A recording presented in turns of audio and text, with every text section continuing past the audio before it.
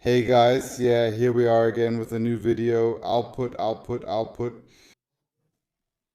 My dear friend Axel takes a lot of time to do this with me, so give some props to Axel. Hello, my friend. Hello, it's nice to be here again. What does it mean to be here again? Or still, we've pre-produced 30 today and it's a lot of fun. There are a variety of topics and I'm curious to see what the community, what the viewers will have to say in the comments as feedback for this video as well. Yes, Axel, a topic that I find myself confronted with again and again, especially because a murder happened within my circle of comrades. It is, I'll say this in advance. Without me, this camaraderie, no, without me, this network, no, without me, this clubhouse, no, without me, this party, maybe not. It's not that people are now going to write, oh, he thinks he's so important, because Schloff was never really involved. But you have to say, without me. This structure and these people might not exist, the party might not happen, and people wouldn't have moved on. Maybe this death wouldn't have occurred. Someone might say, okay, that's true, or yeah, but you still didn't do it. I still feel some guilt and regret, and I'm being honest about that. About the things that happened, and even here, someone after 55, after, I think, how long has it been now? I think almost 52 years. Are we still talking about the infamous murder or manslaughter case, maybe resulting in death in Hamburg? From the ranks of the Hells Angels, we see here a former founding member of the Hells Angels. He was at the forefront of bringing the Hells Angels to Germany, to the United States of America. He flew over there. At the end of this video, Axel will be linked when we talk about it, not while we're discussing this topic right now. Organized crime, strong overlap with right-wing extremism. Many right-wing extremists have also joined biker clubs or have gone to biker clubs. Top members of the Blood Honor Group were responsible there. Hammerskins also joined biker clubs. Over as well. Do you ever have moments where you say, okay, you used to be a verbal thug, if I'm quoting you correctly? Do you also have moments now? Of course, for me, it's a very special case, rocker. But do you also have moments where you say, yeah, okay, I feel that, or where you see guilt, you did something, you contributed to it? Do you have those moments too where you get triggered? Yes and no. For me, there isn't a specific moment where I could say, after one of my hate speeches, three people went out and smashed someone's head in. But of course, I know that the poisoned climate of hate that I created, that I wanted to create, that I consciously wanted to create, as an agitator, as someone who gave hate speeches, as a verbal assailant, of course, it led to people going out, becoming militant, becoming violent. I don't know if they would have done it without me. I don't know how big my influence was. That's always very hard to say in retrospect. I don't want to make myself too important, but I also don't want to apologize. But what I do know is that at any time, this powder keg that I helped build could have exploded, and there could have been victims at any moment. There could have been a similar escalation at any time, which could have directly made me responsible. People are losing their lives, facing serious suspicion, and no longer feel safe in Germany. And that's just a general sense of shame I feel for my actions and for my agitation. Axel, there's a meeting here. I think it's important to show perpetrator-victim meetings too, if victims want it. It's important to emphasize that perpetrators shouldn't interfere when victims make their own choices. Relatives, if they say, I don't want that, I don't want contact, I don't want a letter, I don't want an apology, I don't want to be mentioned, then that's their right. As perpetrators, we have no right to drag these people into the public eye. That's what happened here. That's what I assume.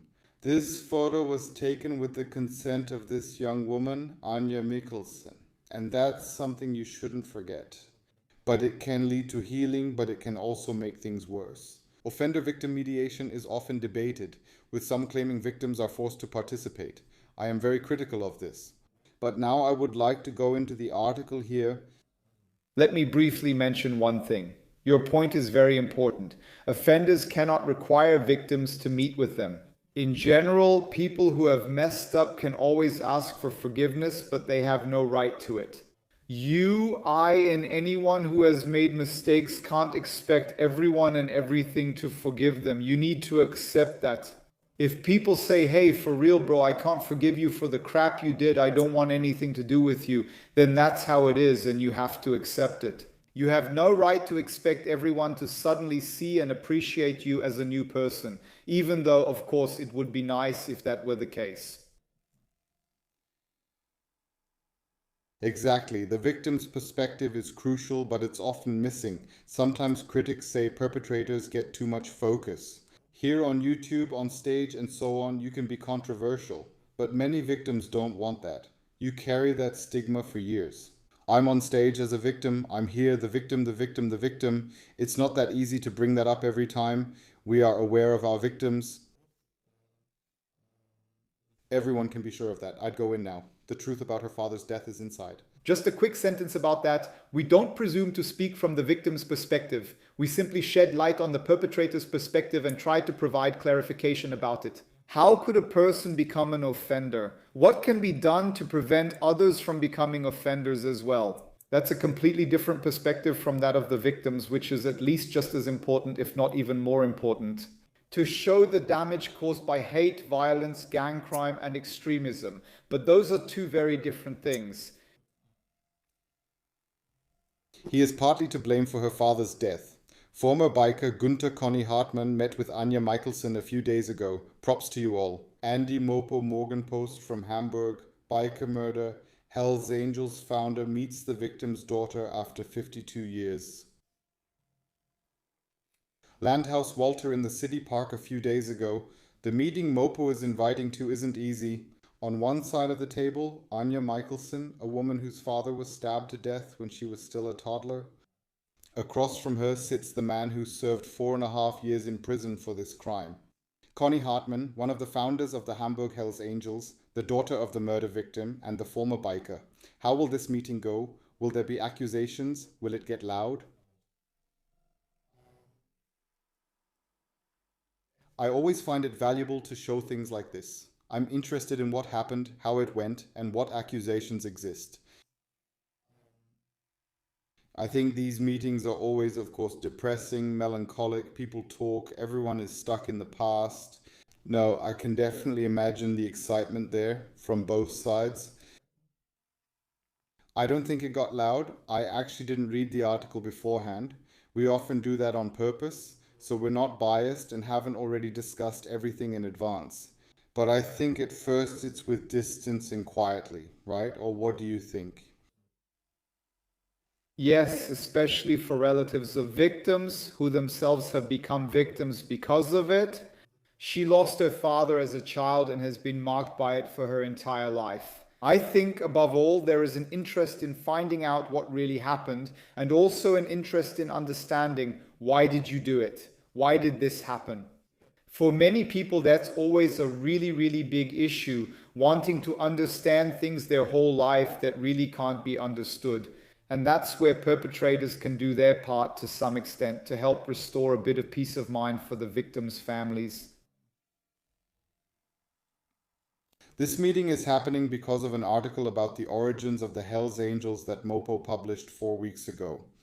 In the interview, Conny Hartmann talked about how he and his buddy Rainer Copperschmidt received permission to start a Hamburg charter at the Hells Angels headquarters in Oakland, California in March 1973, and how he then on the 14th April 1973, as a newly minted Hells Angel, wanted to enter the party room of the Apostelkirche in Eimsbüttel to see if any of his friends were already there. We reported on that. The video link will be provided below. Anja Michelson, daughter of the murder victim, contacts the Mopo. Outside the door, there was a scuffle with gas station attendant and church volunteer Dieter Koenig, who refused to let him in. Hartmann made a run for it, but only to return in the evening with reinforcements. We wanted to set an example, wanted to show everyone that nobody stands in the way of the Hells Angels without consequences. Then Peter Grabe, the idiot, just stabbed him. Dieter Koenig bled to death. Conny Hartmann and his accomplices went to prison for joint assault resulting in death. Maybe we should clarify what she said here again. So, we're leaving. Conny Hartmann is the one convicted here. He was convicted for this act. He did it. Peter Graeber, who is being mentioned here, was also a longtime Hells Angel. and after his passing he said he did it. That can't be verified, and that's why we stick to the rule of law. Connie Hartman was convicted for this crime, and we shouldn't forget, it's stated very clearly here before we get too friendly. It already escalated outside the door, and Hartman made a run for it. That's what it means. Then I return with my friends. There's already blame in the air, so to say now that it was all Peter Graebe, that's a bit too simple for me. Well, especially now that you know the background of the article we've already discussed. It wasn't just that the bouncer said, "You're not coming in," but rather the place Connie Hartman wanted to go to wasn't open yet. And he said, "It's not open yet, you can't come in now because we're not open."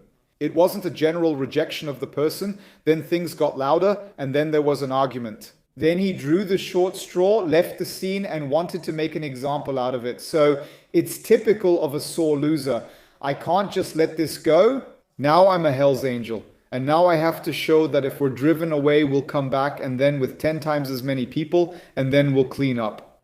That's a completely different story. It's important to make a note of that, really important. Dieter König's daughter, Anja Mikkelsen, 54, found out when she was 15.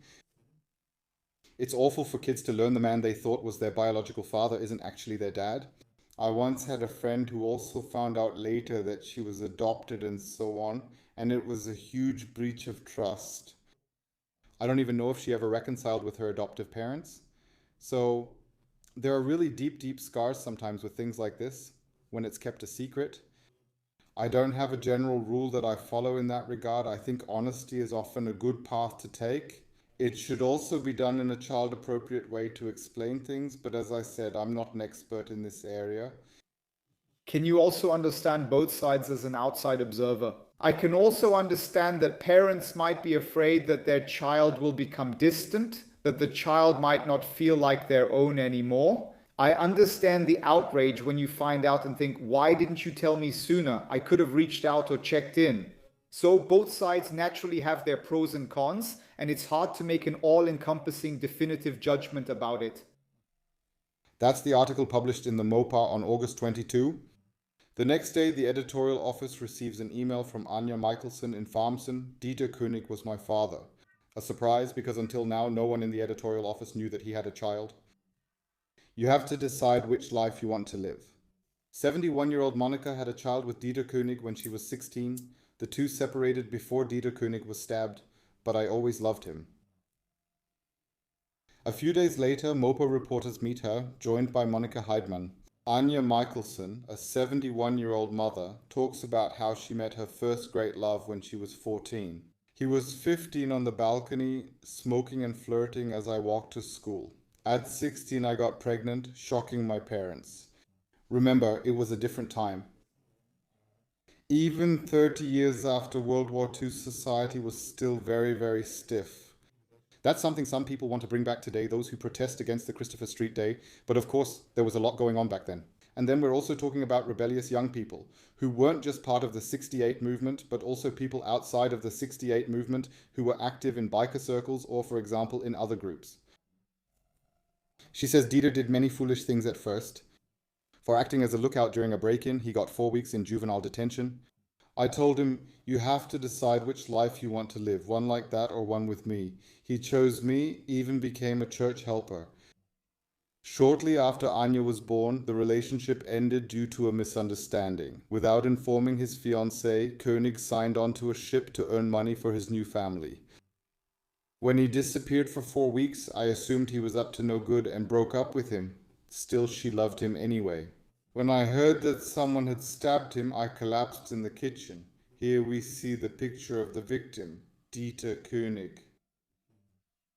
Connie Hartmann, the Apostelkirche assistant in 1973, was killed because he stood in the way. König's death impacted the family for generations. Anja Mikkelsen says she believed her mother's new partner was her real father until age 15. When my parents told me the truth during a camping trip, I freaked out. I was angry because I'd been lied to for years and because someone took my father from me over something trivial, which is hard to understand. No, and then when you ask also about why is my father dead? What should you explain? That he didn't let someone into the Apostle Church or the party room? That's tough. No, I don't even want to focus on that, so people here don't misunderstand again. Guys, I've lost it over smaller things before. Anna Marie Hilson initially told her children their real grandpa died in a motorcycle accident. When she later told the truth, it especially affected her son. For example, in history class, he discussed the Hells Angels and only revealed at the end that their first murder victim was his grandpa. Yeah, that's when life becomes real again, even for the child. I don't have my grandpa because that happened, that's when history becomes real. Also, respect to him for taking on the topic and making it so clear, saying, look, my grandpa was the first murder victim here in Germany. It's very important to always show that. This isn't about some science fiction stories from a true crime podcast. This is about real people who could be your neighbors, relatives of your friends, fellow citizens, or classmates. Marissa is definitely addicted to true crime and listens to a lot of it. I have my own issues with true crime and I'd like to hear your thoughts too. And actually, I've noticed again that some comedians are doing true crime now. The people who really have no connection to organized crime, to violence at all, they almost turn it into a show. When I sometimes listen to true crime formats by Marissa, I think to myself, why are they all laughing? Why are they all joking around like that? We do that with a lot of topics too. But for me, there needs to be a certain seriousness when dealing with true crime. And there's supposedly a journalistic standard and research. Sometimes it's just the same story retold. I tell Marissa we've all heard it, they copied, rewrote, and repeated it. What's the point? I'm very skeptical about true crime formats. How about you? Let me know in the comments.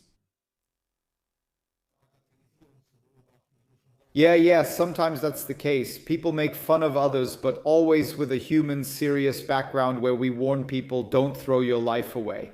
But if I then sit down and joke around and make light of murder victims, of rapes, of terrible, terrible things that have ruined entire lives, then that's just disrespectful, then that's just shameless, and then that's just a nasty thing to do.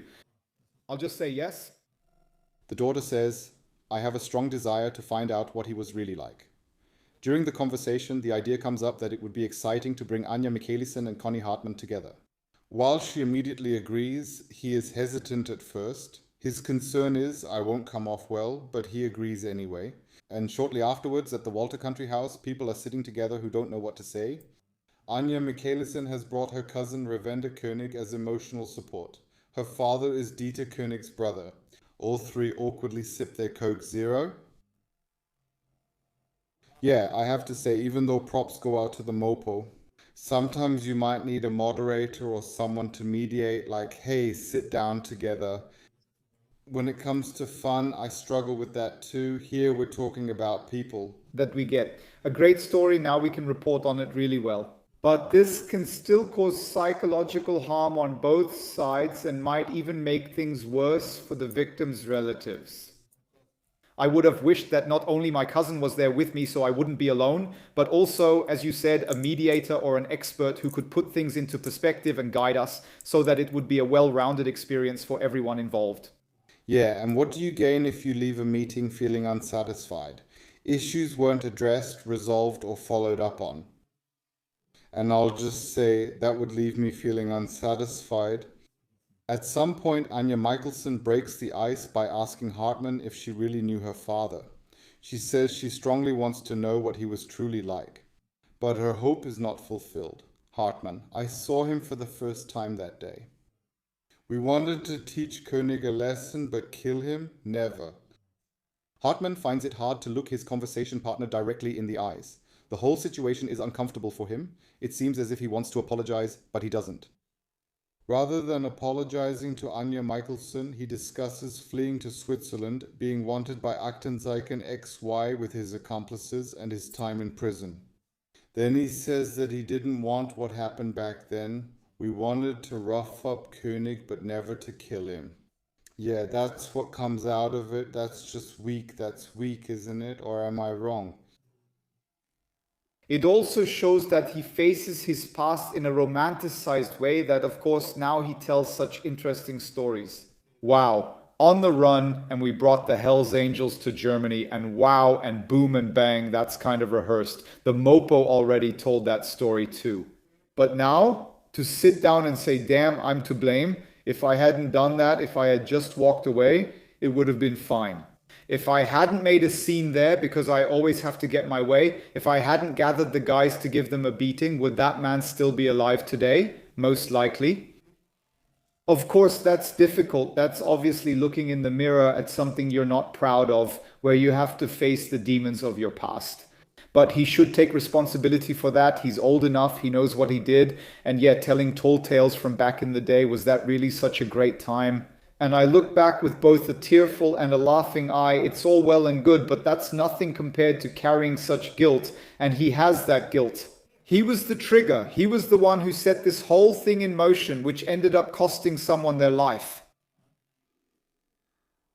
Anya Michelson withholds accusations, tears, and harsh words. Perhaps she's simply too polite. When the conversation ends, Hartman tells her she can call him anytime if she has any more questions.